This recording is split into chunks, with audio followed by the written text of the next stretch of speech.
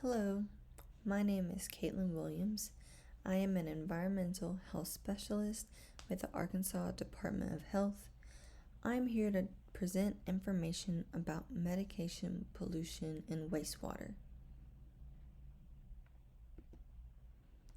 The objectives today are to talk about what is wastewater and why it's important, roots of pharmaceutical wastewater pollution, negative health effects on humans and environment, current efforts towards research and prevention, and then what to do with your expired or unused medications.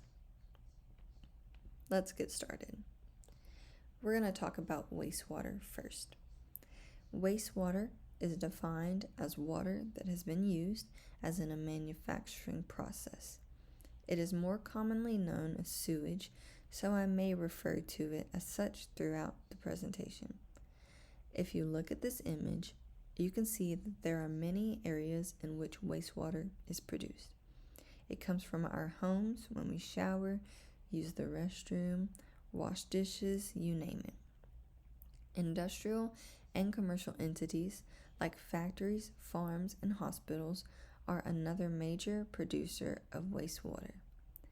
Ideally, it then flows to a public treatment plant where it is decontaminated and returned to our water sources or receiving waters. The remaining sludge will get reused for farming.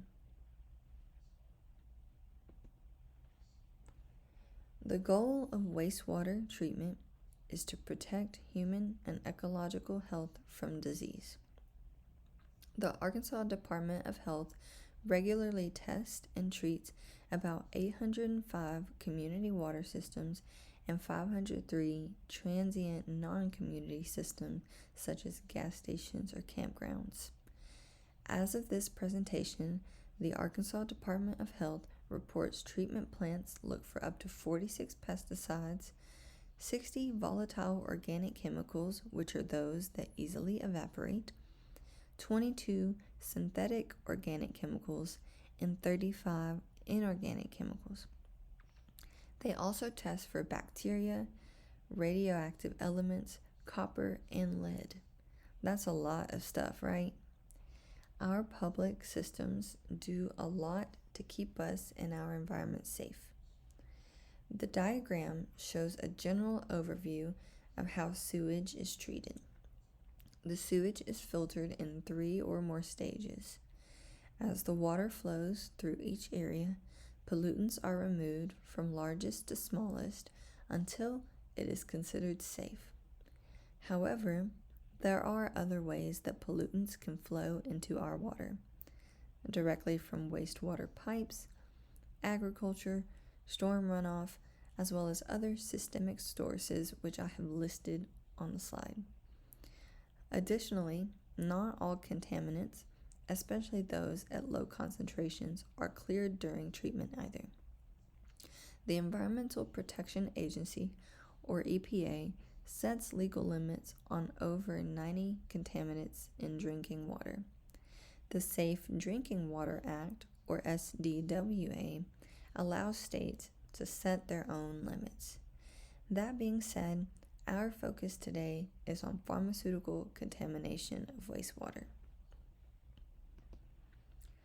Here is an illustration of the many ways this occurs.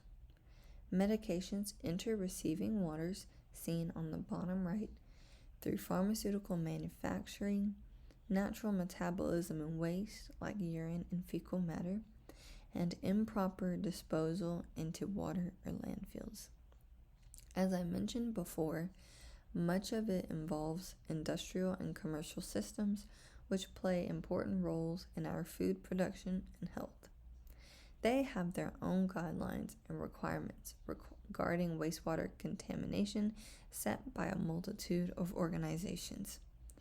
I am here to discuss the individualized pollution routes, specifically medication disposal. There are over 147 older adult and elderly communities in the state of Arkansas. You probably already know that as we age, we are likely to take more medications compared to when we're young. A study done in Europe found that senior residences are a point source for pharmaceutical contamination into receiving waters. Although this specific study has not been reproduced in Arkansas, we are here to educate you all and mitigate pollution from your communities as much as possible. Looking at this list, you will see a lot of common medications that appear in wastewater. I've listed some recognizable ones, We have metformin, anticonvulsants, the most cited being carbamazepine, lipid regulators or statins, antidepressants, over-the-counter pain relievers, antibiotics, hormones and contraceptives, and even nicotine and caffeine.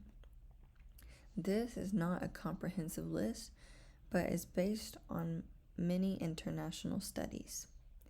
We find these medications and their metabolites in our rivers, streams, surface water, and groundwater. Accumulation of active pharmaceutical ingredients, APIs for short, is lower in the United States compared to other less regulated areas of the world. Yet, an article written by the University of Arkansas Agricultural Research Program states that the University of Arkansas and United States Geological Survey have located 31 pharmaceuticals and organic compounds in streams near treatment plants in our state alone, and that number is likely trending up. Additional studies show that some antibiotics travel pretty far in streams, taking multiple kilometers for uptake to occur, if it even does. Our medications make a huge impact on our health, even when we take small doses. Then, when we use the restroom or inappropriately dispose of prescriptions, other organisms are exposed to them. Therefore, we must think about their accumulation in waterways and how it affects our ecosystem. Our understanding of the ways in which APIs impact our environment develops each day. New medications are released with some understanding of potential health effects, but the short and long-term effects on our environment are constantly being discovered. For example, we understand that hormones and contraceptives affect human sexual reproduction and biological functioning. What happens when our fish ingest it? We may see negative effects on the food chain from lack of reproduction. Bring your attention to the image on the slide, and my apologies for the small text. We can see that there can be chains of events that impact multiple aquatic and terrestrial organisms, large and small. Another example is that septic tanks house bacteria that digest waste. Feeding on medications like antibiotics affects their ability to digest, and then your septic tank will not work effectively. There are other economic and legislative repercussions to pharmaceutical accumulation. Increased contamination of surface and groundwater may require expansion of drinking water standards and higher expenses to ensure safety. States must follow requirements set by the Safe Drinking Water Act, but the EPA, with help from other health agencies, also regularly provides the human health benchmarks, which are suggestions of appropriate pharmaceutical levels in water sources. As of this year, there are 347 drugs listed in the HHB. Although these concentrations are not enforced by the federal government, individual states use the data to ensure safety. And do not worry, Arkansas is compliant with federal regulations. Additionally, an article in 2012 gathered questions from academic, government, and business communities around the world to categorize the most important questions to help develop and drive research on pharmaceuticals and wastewater. These categories include prioritization of substances for assessment, exposure pathways, bioavailability and uptake, characterization of effects, antibiotic resistance, and risk management. New research is developing each day all over the world. Finally, we work to train facilities and educate individuals on the importance of preventing pollution of our wastewater. That is why I'm here today. So, you may be asking yourself, how can I help? Please, please, please, never burn, flush, or throw your medications in the garbage. I've listed the best disposal resources available in Arkansas.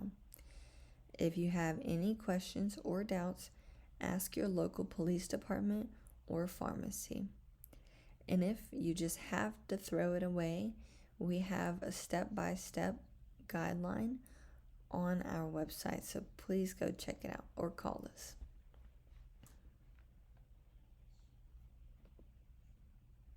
This concludes the presentation. If you have other questions or comments, please don't hesitate to reach out to me, our drug disposal agency, which is information is listed on the slide, or the health department. Also, please feel free to explore the references at the end of this PowerPoint. Thank you.